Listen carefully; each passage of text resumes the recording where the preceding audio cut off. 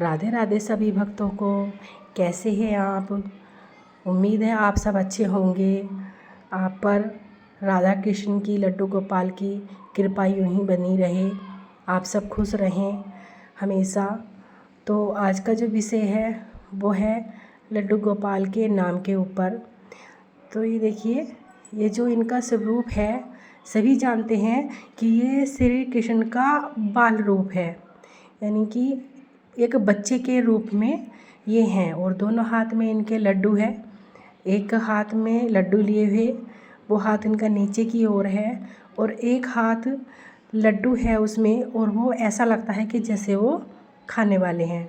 तो इनके दोनों हाथ में लड्डू क्यों है, या फिर इनका लड्डू गोपाल जो नाम है वो इनको कैसे मिला, कब से इनका ये नाम पड़ा कि इनका नाम लड्डू गोपाल होना चाहिए। तो इस नाम के पीछे की जो कहानी है वो मैं आज आपको सुनाऊंगी।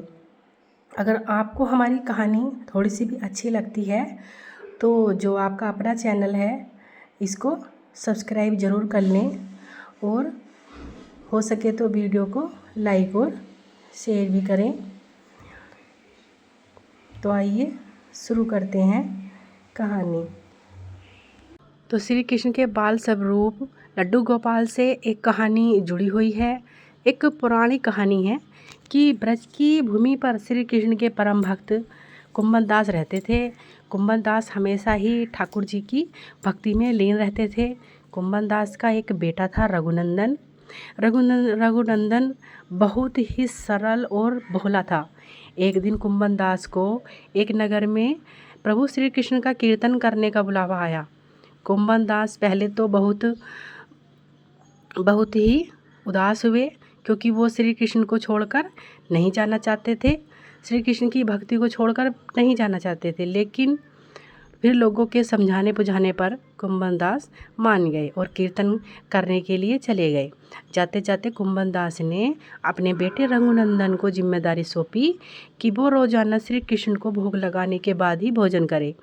कुंभन दास के चले जाने के बाद रघुनंदन ने खाने से भरी थाली श्री कृष्ण की मूर्ति के सामने रख दी। रघुनंदन इतना भोला था कि उसे लगा कि श्री कृष्ण स्वयं अपने हाथों से खाना खाएंगे, लेकिन थाली यूं ही भरी रखी रही। यह देखकर रघुनंदन रोने लगा और रो रो कर श्री कृष्ण से खाना खाने की प्रार्थना करने लगा। यह देखकर श्री कृष्ण ने बाल रूप धारण किया और थाली का भोजन खत्म कर दिया। इसके बाद जब कुंभन दास घर वापस लौटा तो उन्होंने अपने बेटे से भोग लगाया हुआ प्रसाद मांगा, लेकिन रघुनंदन ने बड़े ही भोलेपन से कहा कि ठाकुर जी ने सारा भोजन खा लिया। यह सुनकर कुंभन दास को लगा कि शायद उनके बेटे रघुनंदन ने सारा भोजन खा लिया है और अब झूठ बोलकर बचना चाहता है। इसी तरह कुंभन दास जब भी कीर्तन करने जाते अपने बेटे को श्री कृष्ण को भोग लगाने के लिए कहते थे। रोजाना भोग का प्रसाद नहीं बचता था और पूछने पर रघुनंदन वही बात दोहराता था कि सारा भोजन श्री कृष्ण ने खा लिया है। इसके बाद एक दिन कुंभन दास ने लड्डू बनाकर भोग की थाली में रखे और रघुनंदन को भोग लगाने के लिए कहा। कुंभन दास छुपकर देखने लगे कि आखिर सच क्या है। उस दिन भी यही हुआ। रघुनंदन ने श्री कृष्ण को खाना खाने के लिए आमंत्रित किया। श्री कृष्ण ने बाल स्वरूप और लड्डू खाने लगे। जब कुंभन दास ने स्वयं श्री कृष्ण को बाल स्वरूप में देखा तो वे दर्शन के लिए दौड़े चले गए। उस समय श्री कृष्ण के हाथ में लड्डू और दूसरे हाथ वाला जो लड्डू था वो मुख में जाने को ही था कि एकदम जड़ हो गए। इस घटना के बाद से ही उनकी इसी रूप में पूजा की जाती है और श्री कृष्ण के इस बाल स्वरूप को लड्डू गोपाल कहा जाने लगा।